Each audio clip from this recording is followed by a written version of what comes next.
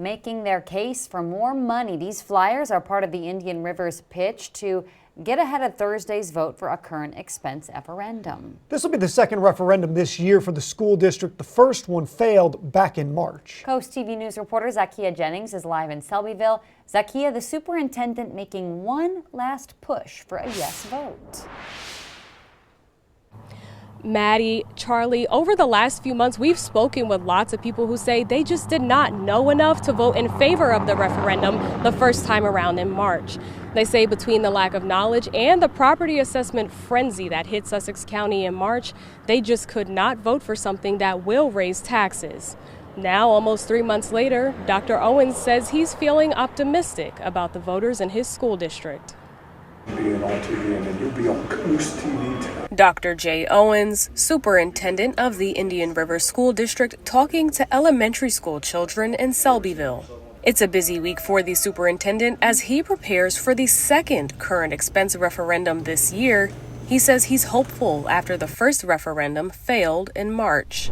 We learned some things that folks needed to understand better. So we worked hard to develop fact sheets, provide information to really inform the public of what we felt was most important to them. The school district is asking taxpayers to approve a tax increase, which according to the district will cost people an average of $22.40 per month, or $268.88 per year. Nancy Iannini says she understands the hesitation people had in March, but she says she will always vote in favor of necessities. Some things are worth paying for.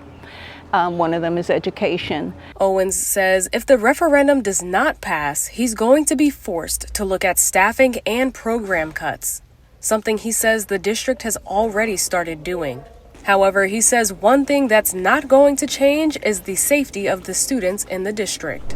Constables will certainly remain in place. On the district's end, Dr. Owens says until this year, they've held off asking for a tax increase for 8 years. In terms of referendum, typically in our school district and others, it's around every 3 to 5 years. The clock is ticking ahead of Thursday's vote. Polls open at 7 a.m. and the result of this referendum will have lasting impacts on the students, staff, and programs for the Indian River School District one way or another. Coast TV did speak with multiple people who say they plan to vote against the referendum.